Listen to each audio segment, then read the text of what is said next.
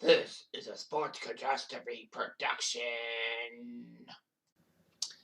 Hey there, how there, ho there. It's Jeff Cutter Diamond. Welcome you to another Sports Catastrophe birthday boy. And the only video for today, August the 18th, is this man. He is still alive at he's 89 years old. And he holds a FIFA World Cup record that has never been touched. Despite the fact that, you have better players. Well, he's French, prolific forward, and he has scored the most goals in a single World Cup with 13 in 6 matches in 1958. Let me just say that. 13 in 6 matches. So he scored more than 2 goals a game. He's got this record, and nobody has touched that. That is like, what the hell? Yep. He still has that record. Scoring 13 goals in 1 World Cup. Can you imagine? So anyway, so his name is FOntaine.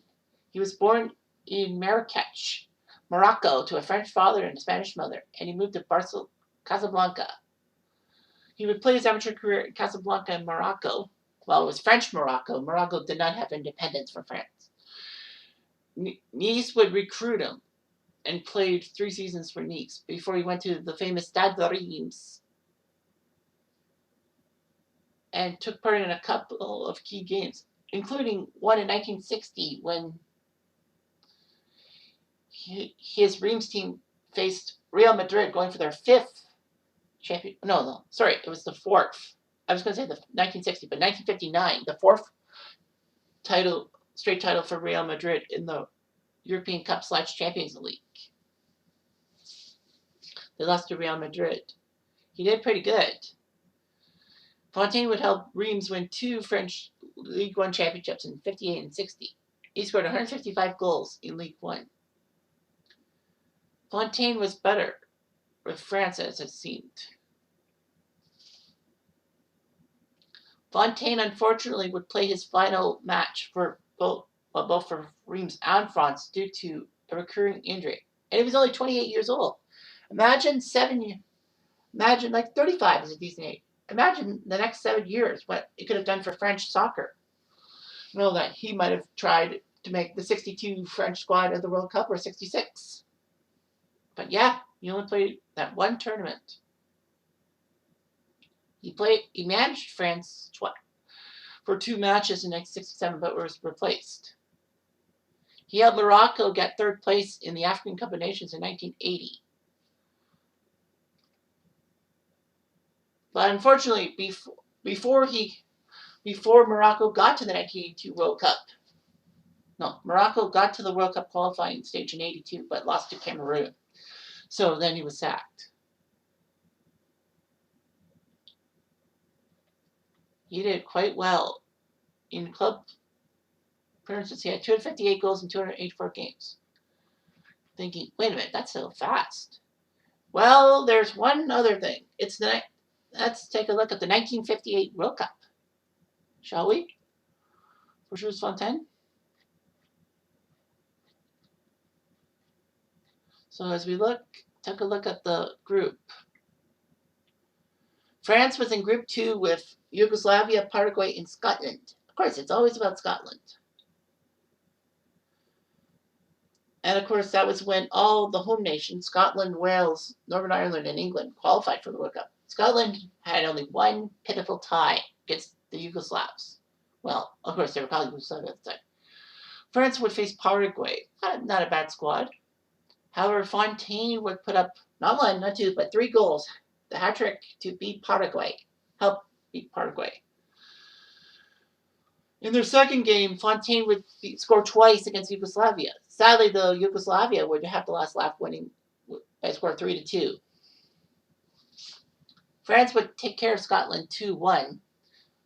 Fontaine would only score 1 goal, as Ramon Copa scored once himself. But yeah, Fontaine only scored once in that game. So he had 6 goals in 3 games. He had a hat-trick, a brace, aka a 2-goal game, and a game he scored 1 goal. So 6 goals. Okay, fair enough. So 6 goals in 3 games. That's hard pressed. A lot of times you can't even score more than 6 goals in a tournament for the Golden Boot. France would take on Northern Ireland, and Fontaine would put up not one but 2 goals against the Ulsters, if I'm correct in saying that. But anyway, yeah, France took care of Northern Ireland 4-0. Semi-finals, they were crushed by Brazil in the famous game with Pele. The teenager Pele would score a hat-trick. Fontaine scored the opening goal for France. Well, it wasn't the opening goal of the game, but he tied it at 1, but then he couldn't do it.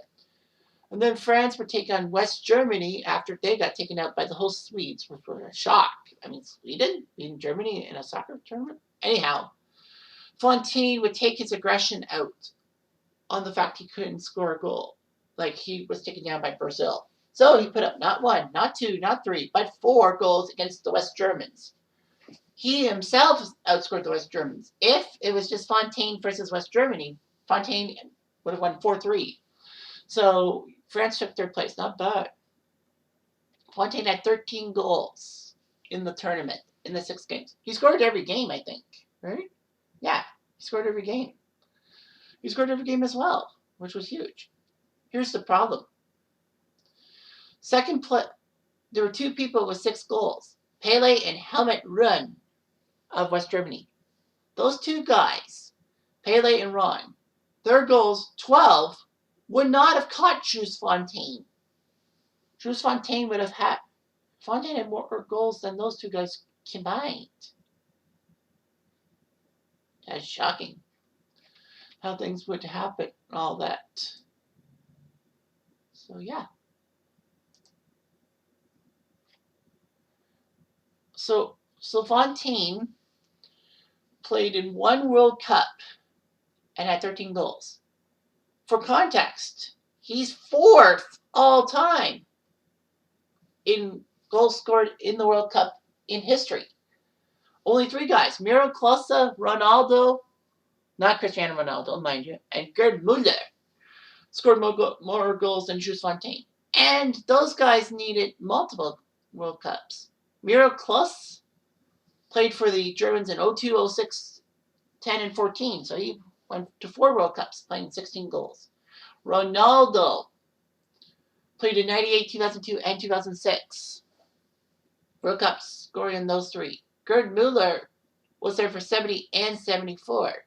Fontaine only did it once.